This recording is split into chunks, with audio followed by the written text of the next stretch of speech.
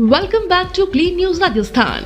चलिए देखते हैं राजस्थान की 15 फटाफट बड़ी खबरों को। शिक्षा विभाग ने जारी की गाइडलाइन। उदयपुर स्कूल की घटना के बाद शिक्षा विभाग अलर्ट हो गया है। इस प्रकार की घटना आगे से न हो, इसलिए शिक्षा विभाग ने सभी स्कूलों में कैंची, चाकू समेत अन्य नुकीली वस्तुओं पर लगा बैन लगा दिया है। इसके लिए शिक्षा विभाग ने गाइडलाइन जारी की है। अब स्कूलों में टीचर सभी स्टूडेंट का बैग चेक करेंगे। अगर गाइडलाइंस के बाद भी नियमानुसार किसी स्टूडेंट्स द्वारा लापरवाही की जाती है तो स्कूल उसके द्वारा कार्रवाई की जाएगी। रेलवे ने पेश किया 7 ज्योतिर्लिंग के दर्शन का पैकेज। ट्रेन से धार्मिक स्थलों की यात्रा करने वाले लोगों के लिए रेलवे द्वारा अच्छी खबर है। जल्द ही Indian railway catering and tourism corporation की ओर से सितंबर महीने में भारत गौरव टूरिस्ट ट्रेन चलाने का फैसला लिया गया है। यह एक ही ट्रेन देश के अलग अलग राज्यों में स्थित 7 ज्योतिर्लिंग के दर्शन करवाएगी। यह भारत गौरव टूरिस्ट ट्रेन 10 सितंबर को राजस्थान के श्रीगंगानगर से रवाना होगी। राजस्थान में सभी अस्पताल बंद। कोलकाता की घटना को लेकर हड़ताल पर डॉक्टर। कोलकाता की घटना को लेकर मेडिकल समुदाय में भारी रोष है। आईएमए के आह्वान पर देश भर में राष्ट्रव्यापी कार्य बहिष्कार किया गया। राजस्थान में सभी निजी अस्पताल, क्लिनिक, डायग्नोस्टिक सेंटर बंद रहे। इसके अलावा प्रदेश भर के सेवारत चिकित्सकों ने भी ओपीडी का बहिष्कार किया। इसके कारण सरकारी अस्पतालों में मरीज परेशान नजर आए। मेडिकल कॉलेज के मेडिकल टीचर्स ने भी 2 घंटे कार्य बहिष्कार करते हुए अपना समर्थन दिया। डॉक्टर्स के इस आंदोलन का व्यापक असर देखने को मिला। ओपीडी में मरीजों का इलाज नहीं मिला तो इंडोर मरीज भी परेशान होते नजर आए। हड़ताल के चलते कई ऑपरेशन भी टल गए। जोधपुर एम्स से आसाराम को किया गया डिस्चार्ज। यौन शोषण के आरोप में जोधपुर सेंट्रल जेल में सजा काट रहे आसाराम को जोधपुर एम्स अस्पताल में डिस्चार्ज कर दिया गया। आसाराम को एम्स अस्पताल में भारी सुरक्षा के साथ जोधपुर सेंट्रल जेल भेजा गया है। आपको बता दें, कुछ दिन पहले ही आसाराम को 7 दिन की पैरोल मिली थी। अब आसाराम का पुलिस कस्टडी में महाराष्ट्र के माधव बाग में इलाज किया जाएगा। जयपुर में बवाल। प्रदर्शनकारियों के बीच पहुंचे बीजेपी विधायक भड़के। राजस्थान के उदयपुर बवाल का मामला अभी शांत नहीं हुआ है और अब जयपुर में प्रदर्शनकारियों द्वारा हंगामे की घटना सामने आई है। शनिवार में जयपुर के श्री शास्त्री नगर थाना इलाके में लोगों ने प्रदर्शन करना शुरू कर दिया। सैकड़ों लोग इकट्ठे होकर पुलिस से आरोपी युवक पर कार्रवाई की मांग करने लगे। इस बीच बीजेपी विधायक गोपाल शर्मा और बाल मुकुंद आचार्य भी मौके पर पहुंचे। इस दौरान गोपाल शर्मा भड़क गए और पुलिस के साथ उनकी नोकझोंक भी देखने को मिली। उनके समर्थकों ने पुलिस के सामने नारेबाजी की है। इस बांध के टूटने का खतरा। टूटा तो कई गांव में आ सकती है तबाही। इस मानसून में क्षेत्र में लगातार हो रही बारिश से ग्राम पंचायत अजयराजपुरा क्षेत्र के चिरौटा बांध के भराव क्षमता से अधिक भर जाने से पानी ऊपर से बहता हुआ पालड़ी सेज और सांगानेर जाने वाले दोनों मार्गों पर से करीब 3 फीट बह रहा है। अभी सभी यातायात भी अधिकतर बंद से है। बांध टूटने की कगार पर है। राजस्थान में होगी 10 लाख भर्तियां। मुख्यमंत्री भजनलाल शर्मा ने शुक्रवार को प्रदेश के वरिष्ठ अधिकारियों के साथ समीक्षा बैठक की। बैठक में बजट घोषणाओं सहित विभिन्न मामलों को लेकर चर्चा हुई है। सीएम ने अधिकारियों को युवाओं को रोजगार देने पर ज्यादा फोकस रखने के निर्देश दिए हैं। मुख्यमंत्री ने कहा कि आगामी 5 साल में प्रदेश में 10 लाख भर्तियां करने की घोषणा की गई है। इनमें 4 लाख सरकारी क्षेत्र में और 6 लाख भर्तियां निजी क्षेत्र में होंगी। इस घोषणा के ध्यान में रखते हुए भी सभी विभाग काम करें।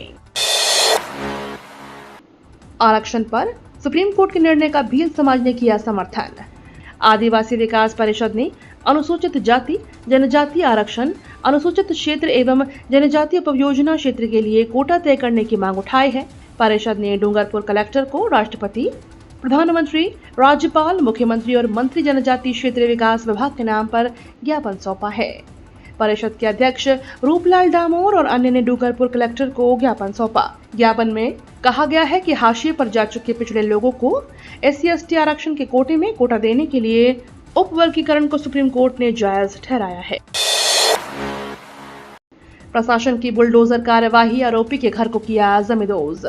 राजस्थान के उदयपुर में 2 छात्रों के बीच चाकूबाजी की घटना ने पूरे देश को झकझोर कर रख दिया। जहां एक और घायल छात्र का MB अस्पताल के इलाज चल रहा है तो वहीं दूसरी ओर उदयपुर प्रशासन ने शनिवार को आरोपी युवक के घर पर बुलडोजर की कार्रवाई की है। शनिवार सुबह अवैध अतिक्रमण को लेकर नोटिस चस्पा किया गया। इसके थोड़ी देर बाद ही उदयपुर नगर निगम की कार्रवाई शुरू हो गई। इस दौरान सबसे पहले घर का लाइट कनेक्शन काटा गया, उसके बाद पानी का कनेक्शन काटा गया और फिर प्रशासन का पीला पंजा जमकर गरजा।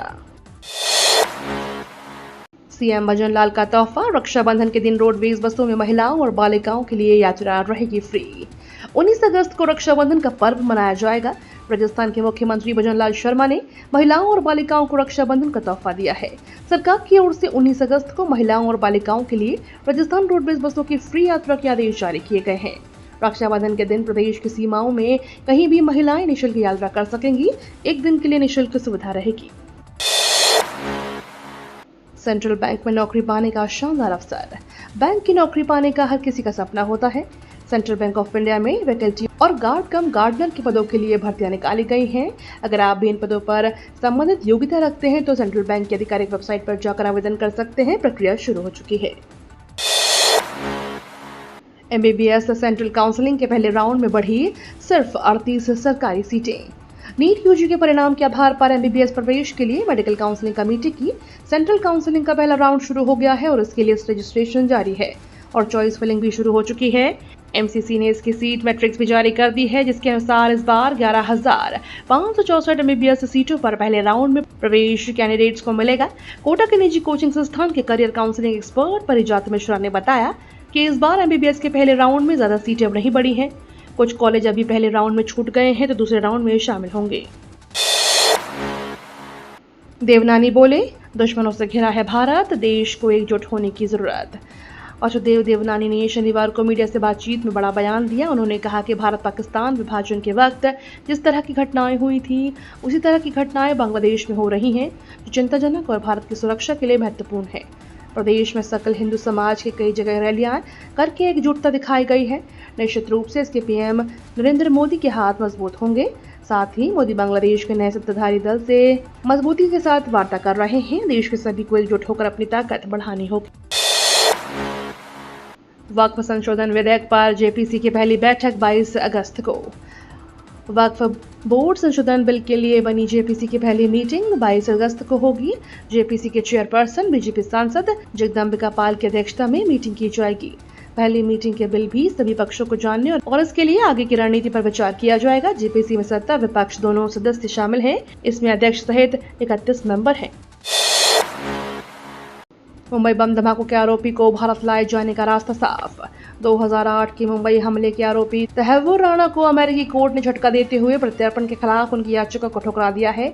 कोर्ट ने कहा कि भारत और अमेरिका के बीच की प्रत्यार्पण संधि के विरोध में राणा को भारत प्रत्यार्पित किया जा सकता है। कोर्ट ने यह भी माना है कि भारत ने राणा के खिलाफ प्रत्यार्पण के लिए जो सबूत रखे हैं वे ठोस हैं। हालांकि राणा के पास अभी भी प्रत्यार्पण के खिलाफ अपील करने का मौका है।